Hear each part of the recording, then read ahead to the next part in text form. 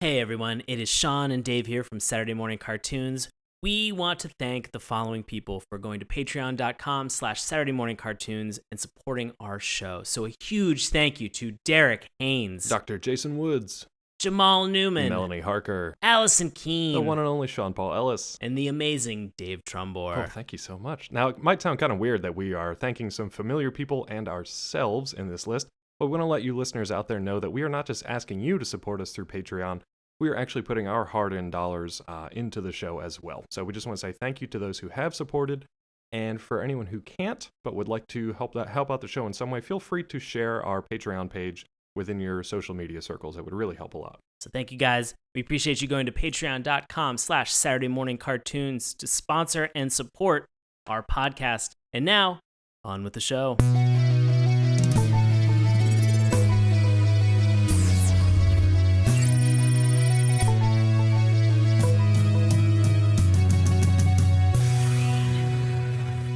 Hello, and welcome to a very special episode of Saturday Morning Cartoons, the weekly podcast that revisits, reviews, and ridicules some of the world's weirdest animated series. Coming to you from futuristic Japan, also just known as Japan, I'll be your co-host, Dave Trumbore. Joining me as always, fresh off his training for the next super fighting tournament, it's Sean Paul Ellis. How's it going, bud? David. Buddy, I'm doing well, man. How are you? Good. How's your training going? Whew, it is tough. I'll be honest, though. I've been... On my cheat days, I've been popping some sensu beans, and I am like right back into the fold. Yeah, I mean, that's one of the great things about it. Highly controlled by the FDA, but if you can get your hands on them, sensu beans are the way to go. I was reading a statistic today that they were saying opioids, heroin, marijuana, and then the top like category 1 drug was sensu beans. That's a new number one. Yeah, 2016, more sensu bean ODs than all three of those other drugs combined. Yeah, It's really you sad. got to be responsible with your sensu bean intake. I think number 5, rounding out the top 5 Schedule 1 drugs, was Zook, if I'm not mistaken. It was definitely Zook, and then it was Crystal Twist, and then it's Red Eye. Yeah, I love that the cartoon drugs have made it into our nation's. They would actually not surprise me with the current administration. However. Sensu beans, that's great. So you must be, I mean, that's like some super powerful stuff. You must be training with some like real heavyweights. I am training with some Kais. Okay, cool. So like interdimensional spirit gods. Okay, got that. Yeah, absolutely. And so, it's one of those things where I really feel like I want to unlock the potential in me. We've joked enough on this show about P90X and Tony Horton. And so I felt after finishing P90X and P90X3, I was like, maybe I could take it one step further. Yeah. Maybe I can better myself with some additional training from otherworldly beings to kind of see, am I really ready? Am I prepping to be the best fighter that I can be? I love it. I'm currently just working on like just typical kind of samurai skills, like more just terrestrial, just kind of based here on Earth, just Bushido code and the honor and a little bit of time travel here and there just to kind of stretch my, resume. Yeah, normal stuff. Oh, yeah. I mean, rule of 3, that third one, that kind of threw me for a twist there. A crystal twist? I see what you did there. But just sort of the little bit of dabbling in some of the spice of life, which is time travel. Yeah, I love time travel as a spice of life. It's fantastic. Yeah. So speaking of time travel, it's kind of funny, the shows that we're talking about tonight, and we're not going to talk about them in kind of the traditional way. Over the last few episodes, Sean and I have kind of, it's a more relaxed approach, just kind of a conversational approach of what we are watching for fun, what we are getting caught up on, what we're not necessarily watching for the show, but something that we're still enjoying as just cartoon enthusiasts. And lately, within the last year or so, these two particular shows have come back or have been new iterations of franchises that have been around for decades. And it's kind of crazy that they're both coming out at around the same time. They have nothing to do with each other. They just happen to be two shows we're talking about together on one episode. But right. We're obviously talking Samurai Jack, the 5th season, the new season, after... it came onto the air 15, 16 years ago. The newest season just concluded, and it's pretty much the series conclusion as well. And then we also have Dragon Ball Super, which is the latest chapter in a long-running Dragon Ball saga that goes back to, the 80s? Oh, man. 80s in Japan and, like, the original Dragon Ball. Yeah. Yeah, for the I mean, not only that, but I mean, just the manga went back even, was like mid 80s. I think early to mid 80s. Early and to then mid when 80s. they finally did the anime adaptation, and then by the time that came over to the Americas, and then obviously the big one for us and for people of our age was Dragon Ball Z. That was kind of my first gateway into the whole Dragon Ball thing. So we'll briefly talk about sort of how we came into both of them. Which one do you want to start with tonight? You want to do DB Super? We can get into DB stuff, yeah. Yeah, let's get into DB Super. DB Cooper is not not the anime series we're talking about today. It's DB Super, just to clarify. We'll talk about DB Cooper another night. If anybody gets DB Cooper mixed up with this, kudos to you. You're on the Zook. You're on some real good drugs at that point.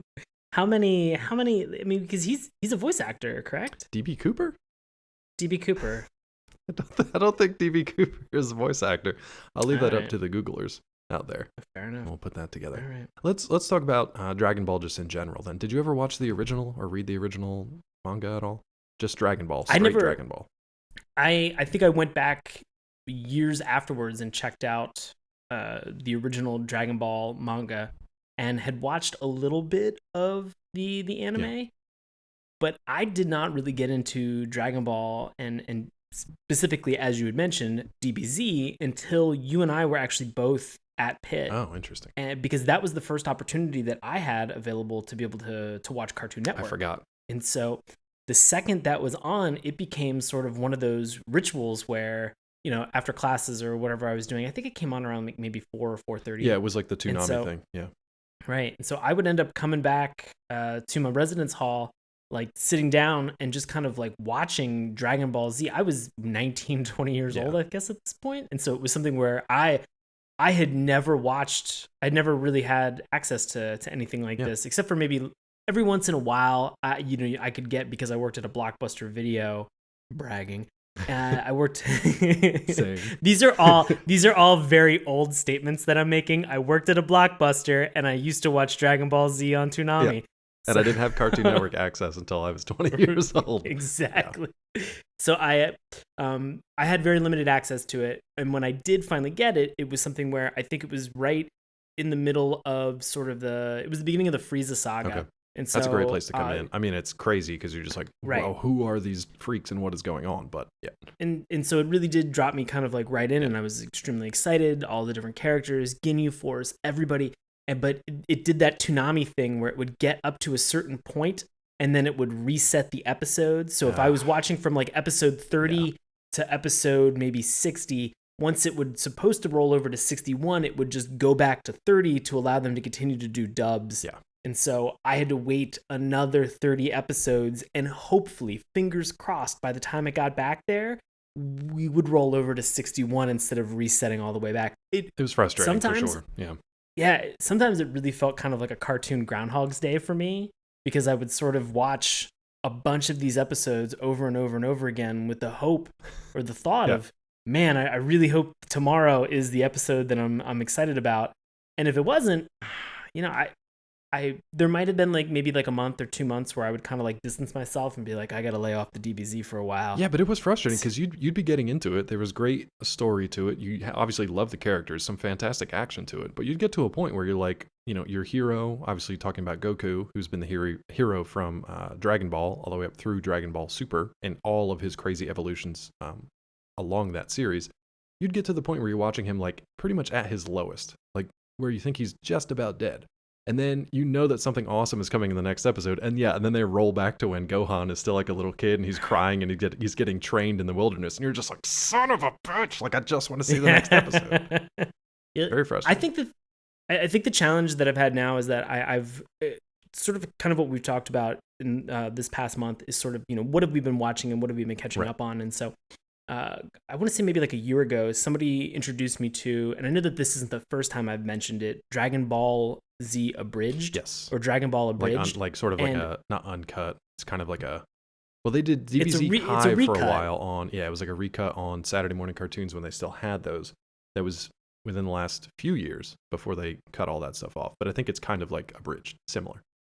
And so I believe that Abridged is some of the English voice actors who have gone back and they have gone through and they have cut out all the filler, all the unnecessary stuff that you don't need to. and then they've redubbed some of the voices, and they've made it in some ways really, really hysterical. Yeah.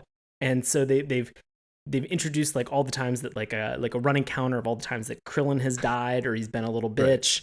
And so there's all these crazy things that are in there that like when you see them watching it, you're like, this really doesn't mean anything because there's so much time in between when the next instance of that happens. They do a great job of compressing everything into something that does not need to be many episodes into like 30 or 40 episodes. Yeah, and for anybody who hasn't watched any of the Dragon Ball series, like one of the things that they are known for, like infamous for, are like power-up episodes, where literally you're watching the middle of a battle, either it's a tournament or it's a fight to protect the Earth or a fight to protect another planet, and your main guy is just powering up for literally 3 episodes. And you're just like, on the next Dragon Ball Z, and you're just like, suck, I can't take this anymore. Especially when they reset and go back to the beginning. It's so frustrating. If you are thinking to yourself, man, I really hope that for Dragon Ball Super, they've gotten rid of a lot of those unnecessary power-up episodes. Hey, guess what? You're 100% incorrect. There's still tons and tons of those. I'm going to say, with Dragon Ball Super, it brought me back in because Dragon Ball GT definitely lost me when they changed Goku back into like a little baby child, basically. That irritated me to no end, so I kind of gave up on it at that point.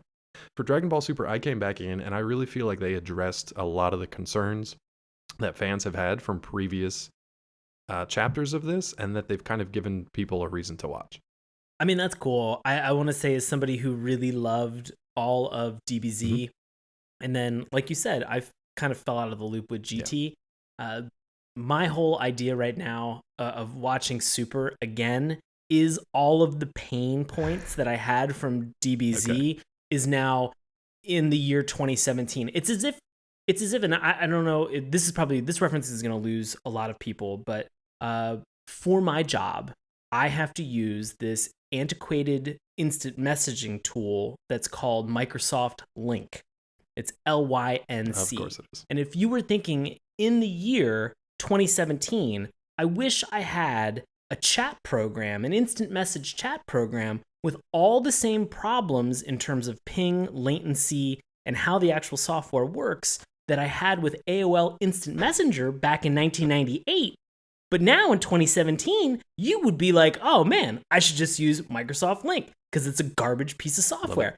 Holy shit. Watching DB Super today was so frustrating. It was something where I think I watched a lot of half or quarter episodes. Really? Yeah.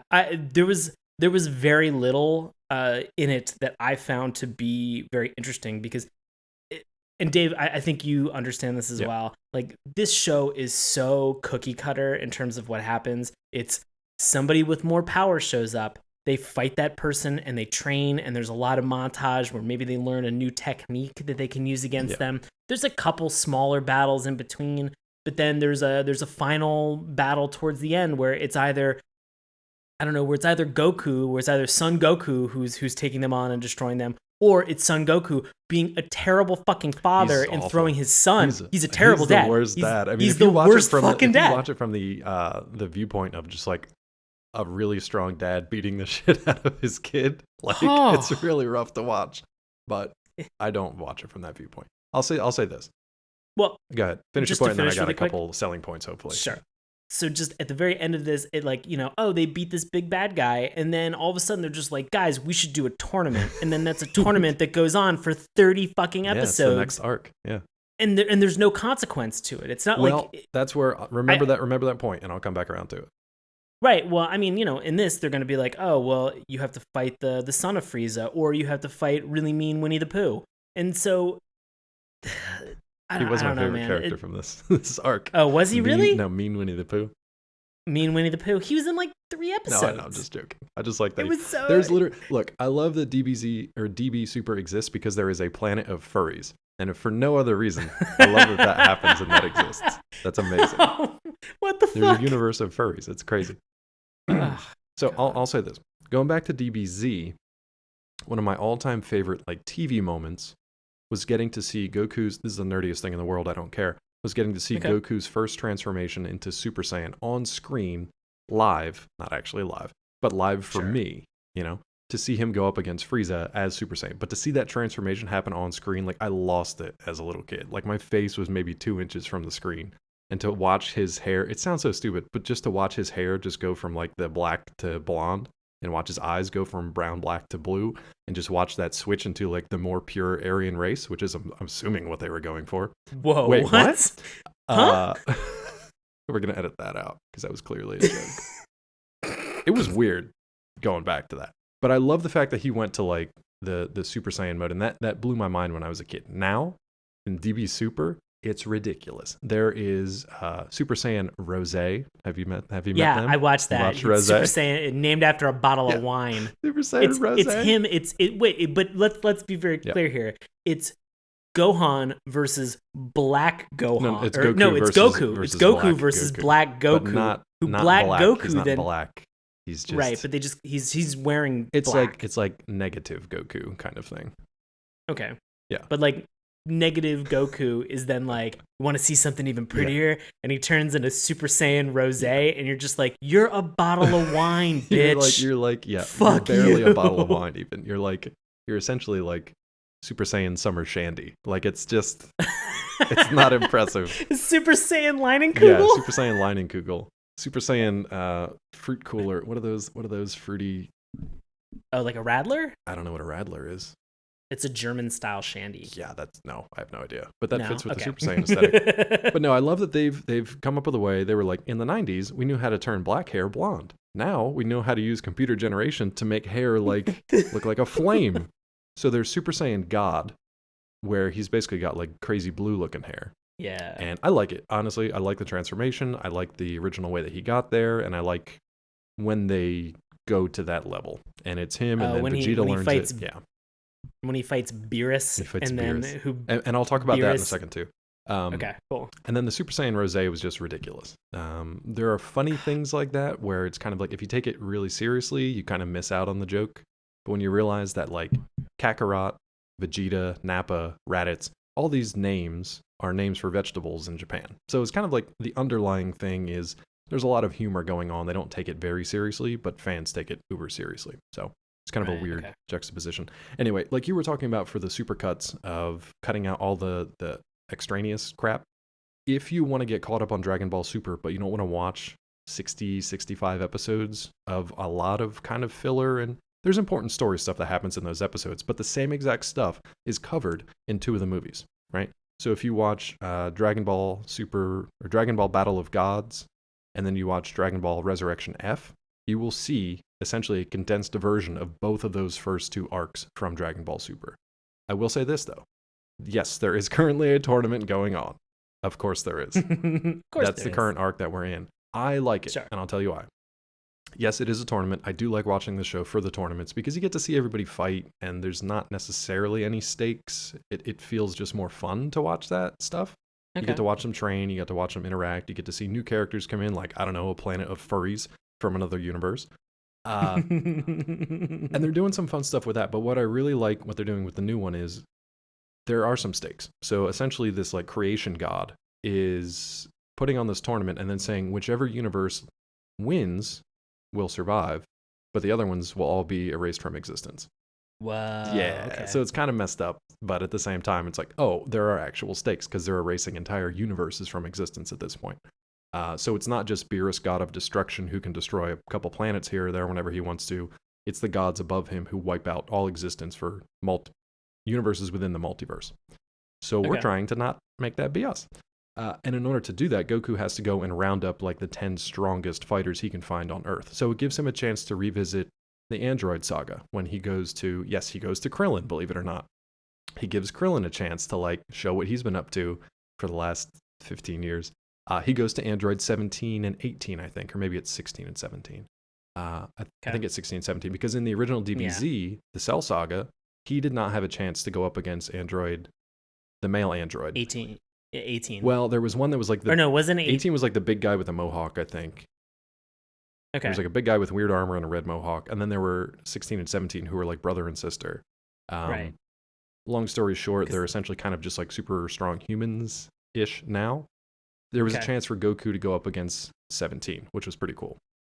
Oh, okay. And they're also like, they went back and they caught up with Tien to see what him and Chaozu were up to. They went back to Yamcha to see what he's up to. They're just living a happy life together. Basically, and it's the two of them. And Roshi is still a pervert. Romantic. Yeah. Oh yeah. I saw some of those scenes. Yeah, well, hard to miss. So it's fun that they go back and they revisit that same cast of characters, but they like update them. They don't make them as strong. They don't just like automatically jump to like Super Saiyan Rose level. But they are stronger and they're back in the fold. And I like that. I like the fact they're bringing them back in. Yes, it does feel a lot of the same kind of stuff, but I personally just kind of like that nostalgia tip. And that's all I'll say. If you're into it in the 90s and love DBZ and then skipped out because you didn't like what GT was doing or any of the other kind of movies and stuff in between, come back and check this out now. It's a lot of fun. Yeah. If you're really bored at people screaming at each other for 5 or 6 episodes before they finally do something, maybe this isn't for you. Yeah. And this is one of the rare exceptions where I say watch the English dub, not the Japanese original audio. I cannot. Oh, really? I cannot take their voices in the Japanese audio because it's bad enough that they're screaming at each other, but in the Japanese one he's just like whenever he's like punching or anything. I can't do this. At least the English dub's a little more palatable on the ears. I've been watching the original voice cast for this. The original one is challenging. Definitely watch the dub if you can. They're on Crunchyroll. Yeah.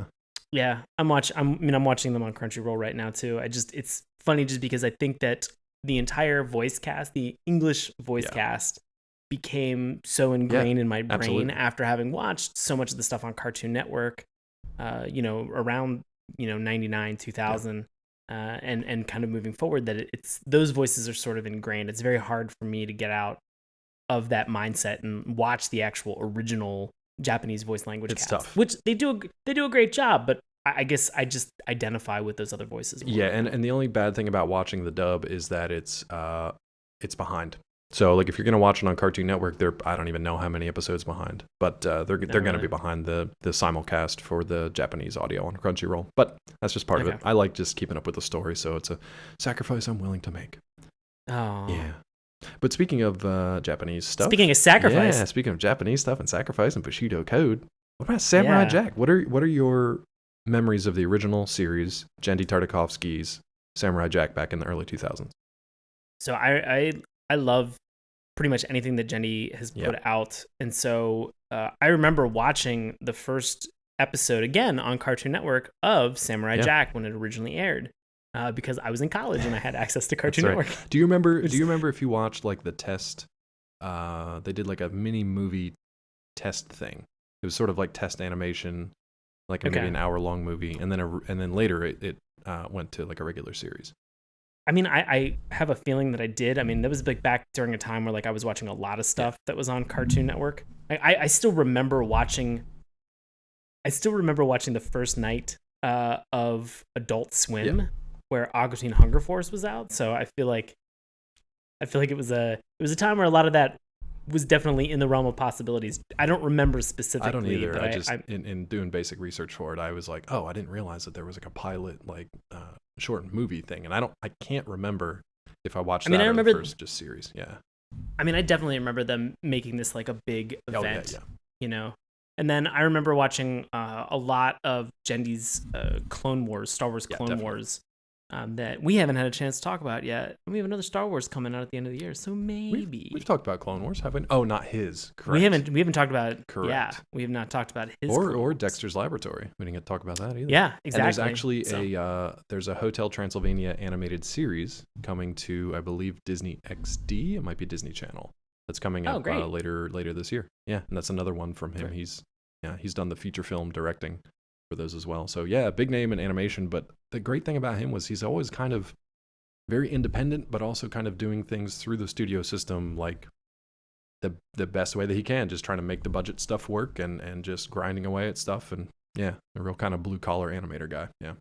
So let me ask, because I'm not familiar with this, but the 15, 16 year gap that we've had from the end of season 4 of Samurai Jack to now, what was sort of the impetus behind that? What was sort of the reasoning? Well, so Samurai Jack was always kind of like a passion project for Tartakovsky, but it just kind of like ended in 2000, at the end of season 4. It just kind of ended. They didn't really have a great way to end the series. The series episode, the last episode was just kind of another story in Jack's life. It didn't.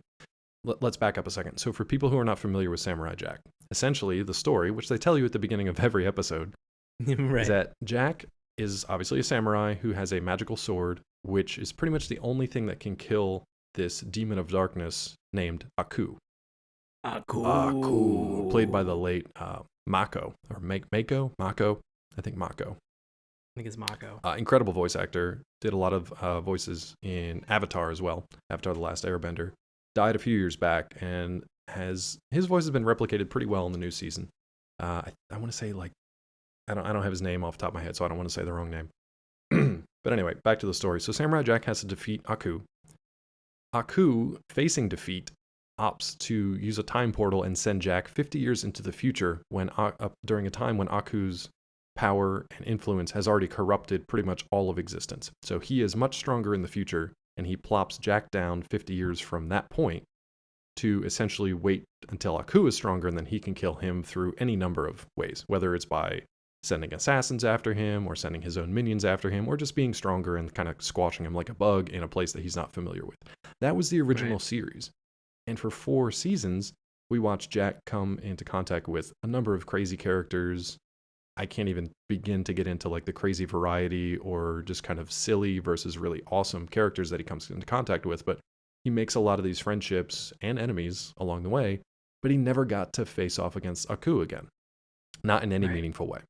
So to answer your original question, this season was meant to end the series in a way that was fulfilling for Tartakovsky himself, but also for the fans who've been waiting for a conclusion to Samurai Jack. And that's not something that happens very often. So I was super stoked to hear that this was coming out. Now, I will have to admit, I think there are 10 episodes, 10, 12 episodes in this season. I think it's 10. Yeah. And so I've watched the first episode. Okay. And watching it again, the stylized nature of everything that Genndy does for this, just the battle sequences, the emphasis on just very small details, the sound design, all the visuals in this. I don't know. I get so nostalgic watching this first episode, and it's on Cartoon Network. Yeah, by the time you guys are listening to this, the whole thing has wrapped, so you probably will have an easier time finding it than Sean did during the recording. Right. But yeah, but it was so much fun to watch, and I think maybe one of the big reasons that I did put it off for so long is, one, we've had a lot of other stuff that I've been watching for the show, and then 2, and I hate to say this in this sort of like binge culture, I really wanted to just be able to sit down on like a Saturday afternoon and just watch all of this to completion. And I know that like every once in a while, like when there is that weak pause in between things, like my brain will start kind of going crazy. And so I'm extremely excited that all of this has come to a conclusion so I can kind of just relax, enjoy, and watch it. Yeah, I was watching this week to week because I didn't want to be spoiled, and B, I was just really enjoying it. And that happens with so few shows, especially cartoons these days. So I watched it week to week. It was usually not live airing. It was usually like on demand the next day. So, I mean, if you have Comcast or whatever cable, you can watch it on demand too if you have Cartoon Network. But it's almost like watching these. It's like a 10-hour or a 5-hour movie, right? If you want to think of it that way. So it's really weird that it's set up to be bingeable, and it's presented in such a way that one episode connects to the next. So it does feel like a binge watch, but they released it as a weekly series. I don't know. It makes more sense as a 5-hour movie because they'll pick up at the beginning of one episode where the previous one left off. And since it is a 5-hour movie, there are like 3 separate acts that kind of occur. So the one you were introduced to was Jack as we've never seen him before. So he's armored, he's driving a crazy motorcycle. He's got like a rocket launcher and a machine gun. He doesn't have his sword, and we don't know what's up with that, what's up with his crazy beard, why he's acting cray. Did you meet the daughters? Did you really just say cray? Okay. Did you? Yeah. Did you meet the daughters of Aku? Yes. Okay. So you met sort of the high priestess, the sort of team of assassins. Yeah. So what's up? What's your response to those before I get too... We're not going to go into too many spoilers because Sean has not been able to finish this either. So I'm going to keep a lot of the fun stuff. I'm going to tease stuff, but I'm going to try not to do spoilers. Yeah. it really looked interesting because this whole episode, again, as you mentioned, Jack's here, he's in the future, new and sort of different take, and you don't really know why, but it's him really kind of struggling with a lot of the guilt of what's going on, and failure too, which you'll come to learn. He's just got so many things pressing down on him that it's just like he's like, I've been doing this forever. Go ahead. I want to let you finish, and then I'll get into. No, but I mean that hits the nail right on the head. Is that, just like he can't escape this, and like it's not like he sent himself into the future 50 years. It's not like he's responsible for the predicament that he's in right now. Like this is all Aku's doing, and so he is wrapped with guilt through the entire thing. That whole sequence of him just kind of washing his face in the river and just the leaves, and you could see like his dad. And just him like crying. The response, oh my god! But it's like his parent. It's like his dad burning and saying like, "Why didn't you come back for us?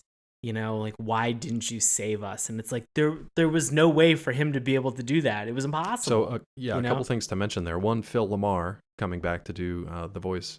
Fantastic voice for Samurai Jack. Not the first person you think when you think like, oh, Samurai Jack. Yeah, definitely Phil LaMarr. He's amazing. Yeah, and he returns for this as well, so that's great. He even says, in kind of a nod to the original opening, he, in his narration to open the episodes, kind of explains what happened, but then he's like, I got to get back to the past, Samurai Jack. So it's kind of like he is now understanding that he's failed like his ultimate goal. He has to get back to himself. He has to get back to the way he used to be in order to finally fulfill his ultimate destiny of killing Aku and then setting things right again. And fans had never known how that was going to look. A lot of fans were like, he's going to get back to the past and be able to kill him. He's going to kill him in the present and forge a brighter future. He's going to travel to the future and kill him at another time. Nobody knew. And I mean, now we know because the finale's come out, but I'm going to leave that one as a teaser because it's really interesting the way they chose to do that. And I will say it's a bittersweet ending, but it's an ending and it's a good conclusion. Good. I'll also say, as I was talking how there's kind of 3 acts. The first act is sort of introduction to Jack and the daughters of Aku, and they are possibly the most worthy adversaries for him in the entire run because they dog his every step. It's like I had my eyes like almost glued to the screen watching like them attacking him and him evading, but every time he would evade one attack, there were 5 other girls like they're ready to just like attack him as well. And it's just, my words are not quite living up to the animation that is on screen, but it's amazing to watch how fluid the animation is and how tense the entire sequence of all of his battles. And they range from like open fields to crypts to like tunnels to jungles to rivers to all. They're just dogging him the whole way through. And then I'll give one little thing away. These are humans. These are living creatures. These are creatures who have been born and bred with sort of the blessing of Aku to go after Jack and kill him. Jack doesn't know this. He spent his entire 5 seasons at this point battling robots and androids and plant creatures and things that are like, sort of expendable. So he can cut the head off a robot assassin. No big deal. They can just bolt that sucker back together. But at one point he kills one of these daughters of Aku and realizes that she's like bleeding out profusely from like an arterial wound, and he's just like, holy shit. Like the guilt from that like weighs down on him more than anything else, and that carries through the rest of the season too. And that has important implications when it comes to something from the past that happened to him, which is why he no longer has his sword. And that's where I'll leave that. Okay. The daughters of Aku also play a really important role in the maturity level of this new season. So this new season is not really for kids. It's kind of for people who watched Samurai Jack when they were kids or young adults and are now coming back to see where he is, 12, 15 years later. So it's much more mature. It's more violent. It's bloodier. The thematic material is a lot more mature. It makes you think a little bit more. It makes you kind of engage your emotions a little bit more. And that's not knocking the original series at all, which did that very well. There's basically kind of nudity. They play around with it a little bit more. There's sexual situations that happen, which some people were creeped out by, to be honest, because they are used to watching Samurai Jack from like 2001 and not Samurai Jack now. And I really liked it because that gave him a chance to be like an actual human, not just this character who was supposed to be this white knight that would go out and defeat darkness. It gave him like human qualities, and it was really well done.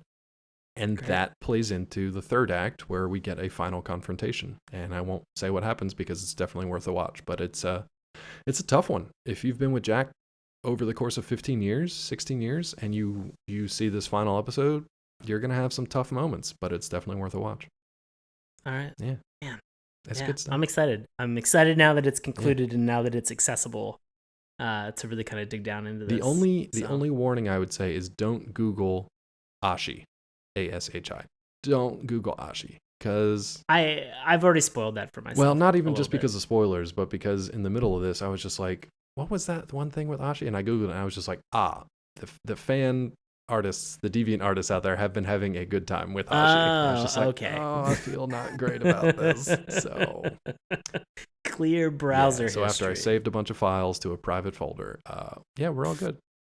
Fair enough. Yeah. Now, these are both worth a watch. I mean, Samurai Jack definitely for nostalgia factor and to get a sense of conclusion. DB Super, just if you want to see a bunch of bonkers, essentially superheroes smashing into each other and screaming at each other for a half an hour. Yep. Yeah. Anything else from this round, bud? I think that's it, man. Cool. That's been a fun chat. I love getting a chance to just like geek out about cartoons that we're watching. That's been fun.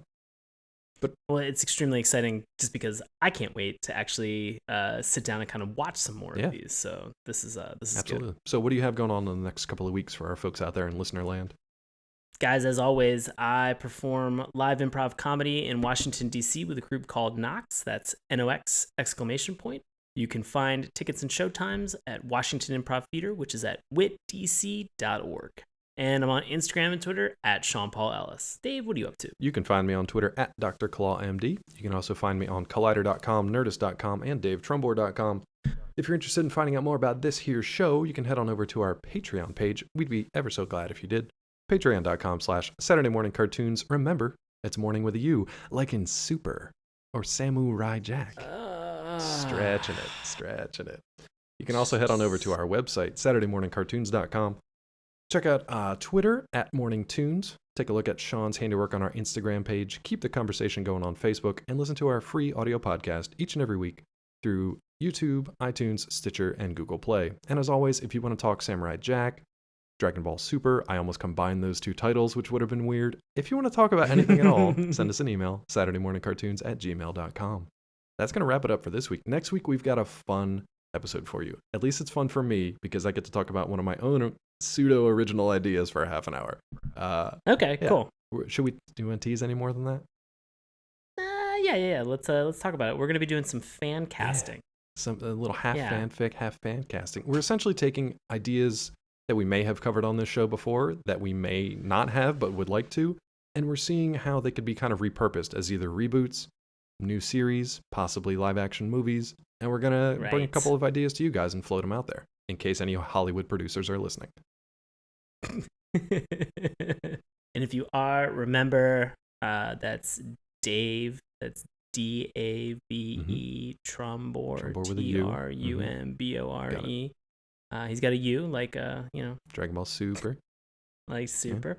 So yeah, just it should be fun. I've never actually done one of these fan casts, and I know that you have, Dave. In my mind all the time. And so this is going to be a challenge for me to actually put this stuff down on paper and be like, I'm going to think this through. Do you have any properties in mind that you want to tease? I don't. I'm going to go back and look through a lot of the stuff that we have, but believe it or not, I'm probably going to look for some of the worst stuff that we've watched. You know what? Honestly, that's a really good way to do it because there is some stuff that had cool ideas back in the day, just bad execution, and I really think there's some cool stuff there to mine. Okay. Yeah. I'll just say Power Extreme. I know where you're going with this. I'm really excited. I'm very, very excited. It sounds like you say I'm exad, which is like a combination of excited and sad. I'm always exad. Oh, that's a shame. I know, it's challenging. Thanks for listening. We'll see you guys next week. Hey, everybody. Thanks a lot for listening to Saturday Morning Cartoons. Now, if you'll excuse me, I have to transform and roll out.